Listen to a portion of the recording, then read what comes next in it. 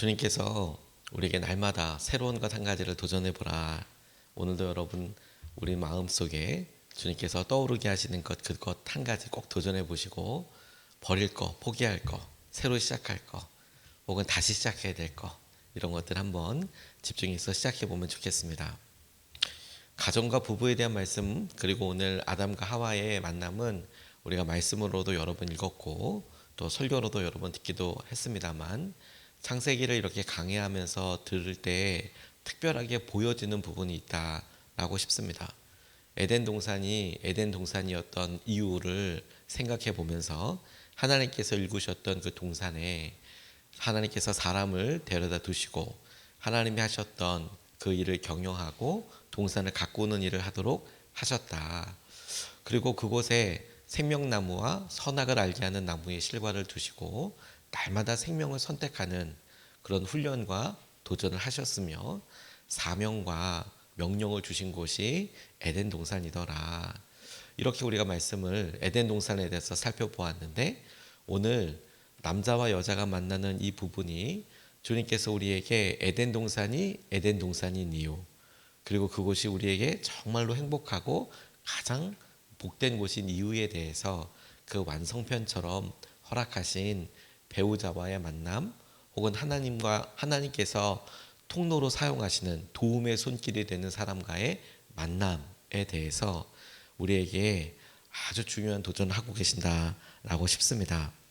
하나님께서 우리에게 가정을 허락하여 주셨는데, 이제 인류 최초의 가정이 탄생한 셈이고, 오늘 본문 말씀이 거기에 하나님의 놀라운 은혜가 있다, 이렇게 싶습니다. 오늘 이 본문 말씀을 통해서 우리가 두 가지로 좀 생각해 보고 싶은데, 첫 번째로 오늘 이 아담과 하와의 만남을 통해서 우리가 보게 되고 붙잡게 되는 것은 함께해서 완전하게 되는 관계이더라.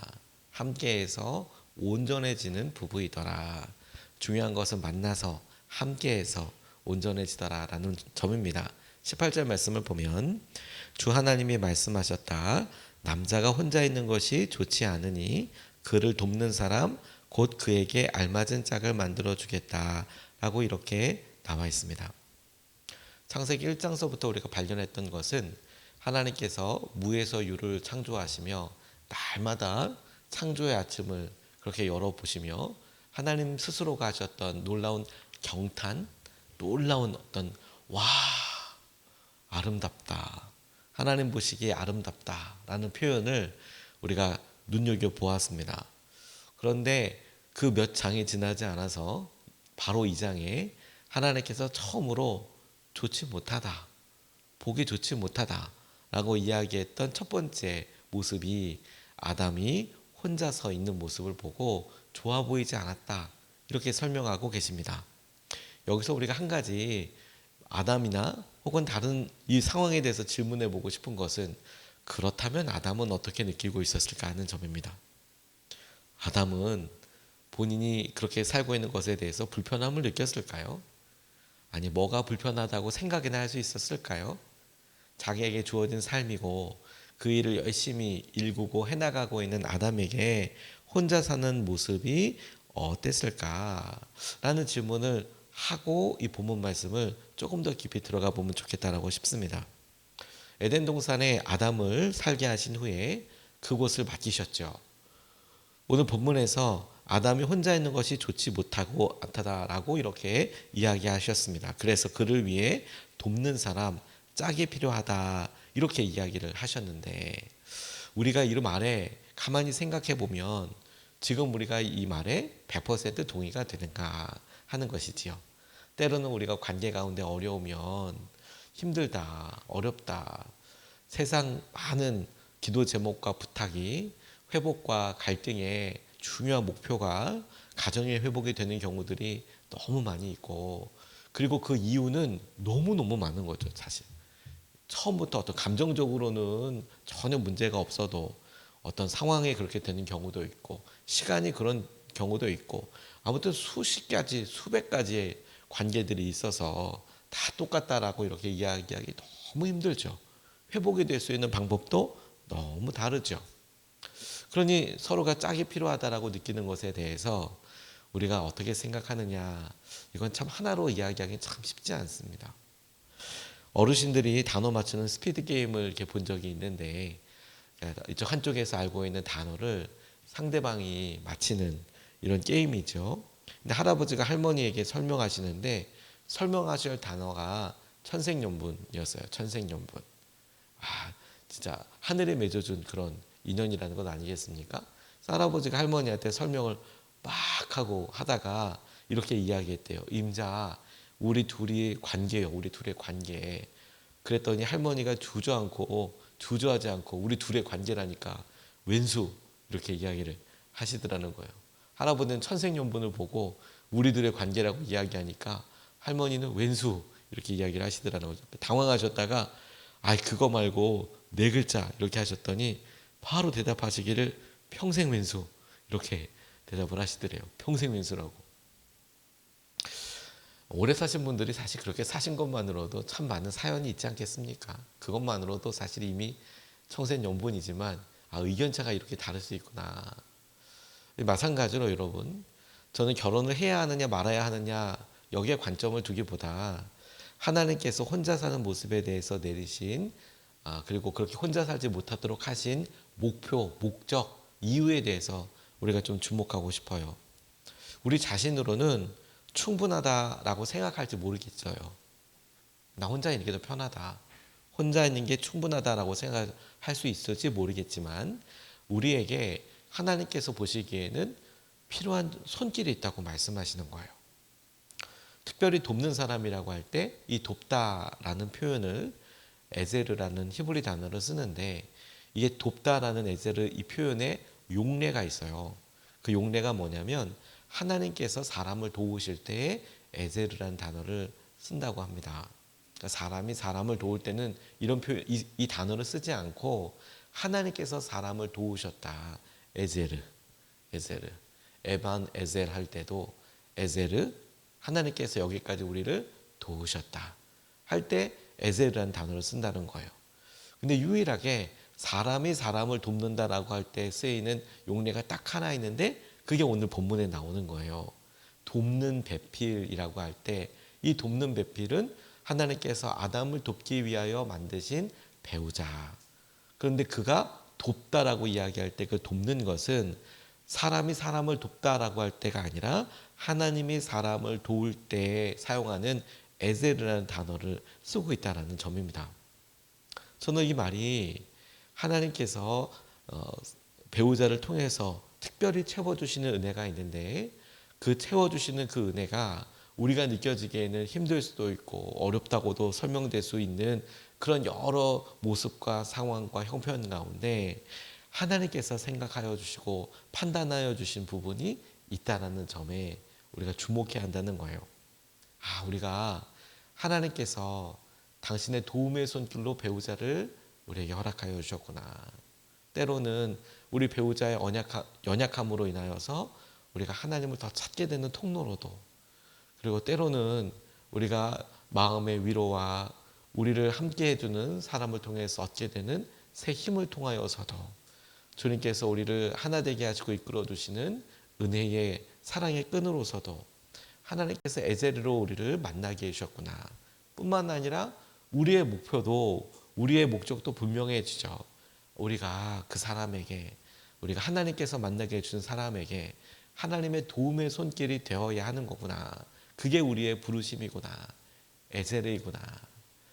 내게 하나님께서 도와주시는 사람이 없어요. 에제르가 없어요. 이렇게 고백할 게 아니라 우리가 주님께서 그 사람을 도우라고 붙여주신 에셀인 거구나. 그래서 하나님 보시기에는 합해져서 완전한 사람이라고 이야기하시는 거구나. 혼자가 만족되지 않아서, 좋아 보이지 않아서 둘이 만나게 하신 하나님의 계획이 있겠구나. 여러분, 이것에 우리가 마음을 두고 오늘 힘을 내보면 좋겠습니다. 그래서 우리가 처해져 있는 여러 상황, 또 온라인으로도 이 말씀을 보게 되는 분들이 이 본문 말씀을 보고 제 상황이 녹록지 않습니다 라고 혹시라도 이야기하시는 분들이 계시다면 하나님께서 오늘 저와 여러분들에게 도전하시는 일들이 에제르가 되라. 네가 에제르가 되라. 그리고 혼자 하는 것보다 하나님께서 하나 돼서 완전하게 하시는 하나님의 은혜를 기대하라. 이렇게 붙잡고 기도하면 좋겠습니다. 두 번째로 우리의 이런 마음에 하나님 너무 힘들고 어려워요라고 혹 생각하는 분들이나 혹은 혼자 사는 게 더 낫겠네 이렇게 생각하는 분들, 혹은 부부관계가 아니더라도 도움의 손길이 간절히 필요하지만 여러 실패감과 어려움이 있거나 혹은 하나님께서 관계를 통해서 우리를 풍성하게 하신다라는 것에 우리가 마음 깊이 동의도 되지만 움찔움찔하게 되는 분들이 계신다면 오늘 두 번째 우리가 하시는 주님께서 주목하게 하시는 말씀을 붙잡고 싶습니다. 하나님이 이 관계의 핵심이라는 사실이에요. 하나님께서 이 관계의 핵심이다. 부부 사이에도, 그리고 하나님께서 도움의 손길로 불러주셨다라고 싶은 관계에도 하나님이 관계의 중심이시더라. 핵심이시더라. 22절에서 24절까지 말씀을 보면 주 하나님이 남자에게서 뽑아낸 갈빗대로 여자를 만드시고 여자를 남자에게로 데리고 오셨다. 그때 그 남자가 말하였다. 이제야 나타났구나 이 사람. 뼈도 나의 뼈, 살도 나의 살. 남자에게서 나왔으니 여자라고 부를 것이다.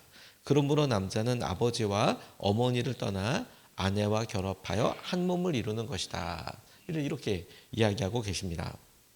하나님께서는 아담과 하와에게 이 만남을 허락하실 때 아담에게 하와를 데리고 오시기 전에 먼저 참 많은 과정을 거치게 하셨습니다. 그 과정 중에서 특별한 것이 뭐냐면 수많은 동물들을 만나게 하셨어요.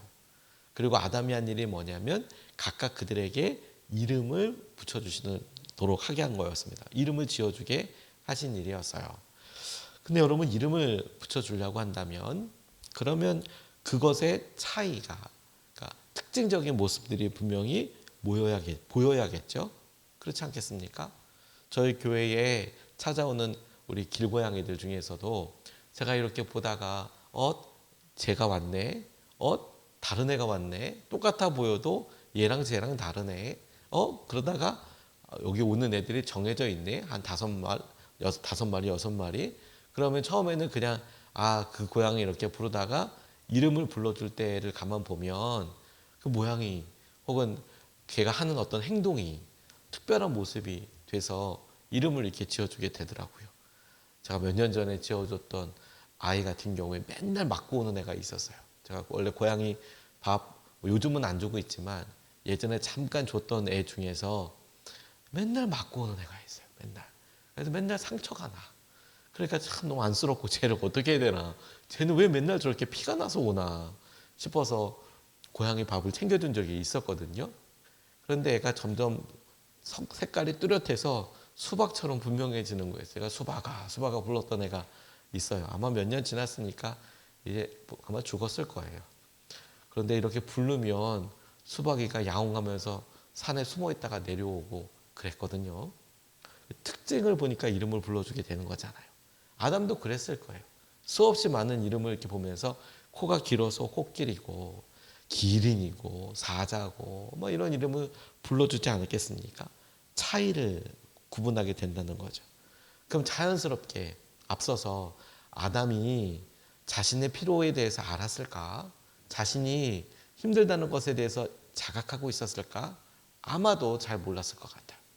하지만 여러 동물들을 보니 암수가 오고 그 모습도 다르고 그리고 각각의 해야 하는 것도 다 다르고 이런 걸 보고 나니까 자기도 뭐가 다른지를 구분할 수 있게 되는 것 아니겠습니까? 그리고 자기도 그 필요에 대해서 눈뜨게 되는 것 아니겠습니까? 수많은 동물들과의 만남이 하나님께서 예비하신 과정이더라라는 거예요. 그 중에는 아담이 막 무서워할 만큼의 두려워 보이는 외견 모양을 가지는 애들도 있었을 거고 한없이 귀여워 보이는 애들도 있었을 거고, 근데 그런 걸 보면서 나와 다르다라는 것을 분명히 알았을 거고, 신기한 것은 아담이 하와가 딱 이렇게 서로 이렇게 만나보았을 때 알아봤다는 거 아니겠어요? 내 살 중에 살이고 뼈 중에 뼈다. 이와 같은 일이 가능한 이유가 뭐냐? 하나님 때문이었어요. 하나님. 동산을 거닐면서 하나님과 동행하였던, 그렇게 살고 있었던 아담은 자고 일어나니까 하나님을 알아봤어요. 근데 하나님께서 처음 데리고 온 사람이 하와잖아요. 그래서 자기를 위한 사람이라는 것을 알아봤어요.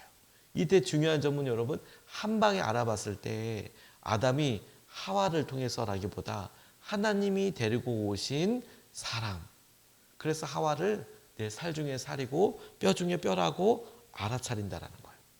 하와 역시 마찬가지입니다. 하나님께서 하와를 만드신 이후에 하나님께서 직접 그 손을 이끌고 데리고 오신 거 아니에요?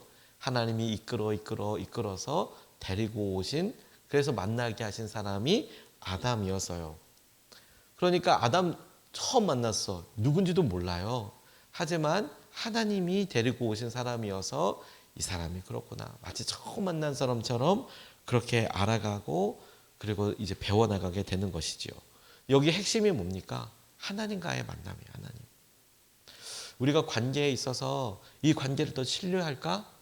그리고 이 관계를 어떻게 우리가 더 풍성하게 할까라고 이야기할 때 혹여라도 내가 왜? 라고 의미에 대해서 질문하게 되고, 이젠 힘들다 라고 생각될 때에는 반드시 뭘 점검해야 하냐면 하나님과의 관계를 점검해야 합니다. 왜냐하면 그 사람의 모습도 있지만 어차피 그 사람은 내가 아닌 이상 다른 사람이면 이해하는데 분명히 한계와 시간이, 과정이 필요하겠죠. 근데 우리가 당장 지금 흔들리는 것은 나와 하나님과의 관계에, 하나님께서 만나게 하셨다라고 할 때 하나님 어떻게 내게 이렇게 하실 수 있어요? 하나님 이건 아닌 것 같아요 라고 생각되는 하나님과의 관계를 점검해 보게 되더라. 그래서 부부 사이의 관계, 가장 가까운 이 관계는 하나님과의 관계를 살펴볼 수 있는 바로미터이고, 그리고 이런 부부 관계가 하나 되고 힘써서 노력하는 것을 통해서 하나님과의 관계가 회복되는 통로로서도 너무 중요한 기능이 있다는 점에 새삼 우리가 믿음으로 고백하고 주목해야 한다는 것입니다. 하나님과의 관계가 만남의 핵심이에요. 청년회 때 하나님이 만나게 하실 사람 누굴까 이렇게 기도하는 청년들 너무 많죠. 대부분이죠. 근데 막상 사람을 만나고 나면 이 사람이 하나님께서 만나게 하신 사람일까 이거 가지고 고민해요. 이상하죠. 만나기 전에는 하나님께서 사람 만나게 해주세요 이렇게 기도하던 아주 믿음의 사람들도 정작 만나고 나면 이 사람이 맞습니까? 이제 결혼하고 나면 이제 계속 그런 고민하는 거죠. 힘들 때 정말 이 사람 맞습니까? 이렇게 고민하기도 하고, 그리고 저는 이런 고민을 요셉 교구들만 처음에 예전에 이렇게 신혼부부들만 하는 줄 알았는데 나중에 보니까 어른들도 그런 고민하시더라고요. 하나님께서 만나게 하신 게 진짜 맞겠나? 그런데 여러분, 하나님과의 관계가 확실하게 분명히 서면 사실 이것은 너무 간단하죠. 하나님이 만나게 하셨고 하나님이 이를 통해서 우리를 놀랍게 이끌어 가시고 하나님께서 우리 가운데 행하실 것을 우리가 믿습니다. 우리가 이 위에서 다시 한번 주님께서 만나게 하신 아름다운 관계인 부부 관계를 생각해 보고, 그리고 하나님께서 만나게 해주신 우리 자녀들, 하나님께서 만나게 해주신 것이 너무도 분명한 우리 부모님, 그리고 하나님께서 우리를 에제르의 손길로 붙여주시고 만나게 해주신 여러 사람들과의 관계를 가만히 생각해 보며 하나님을 더 뜨겁게 사랑하게 되고 또 하나님께서 하실 계획을 더 분명히 붙잡게 되는 오늘 하루가 되었으면 좋겠습니다. 이 관계와 마음을 우리가 분명히 붙잡을 수 있으면 좋겠습니다. 오늘 7번째 날로 여러분들이 하루 뭔가 오늘 뭘 할까 고민할 때 꼭 이와 같은 믿음의 고백을 가지고 새로운 일을 시작해 보시기를 주님의 이름으로 도전합니다.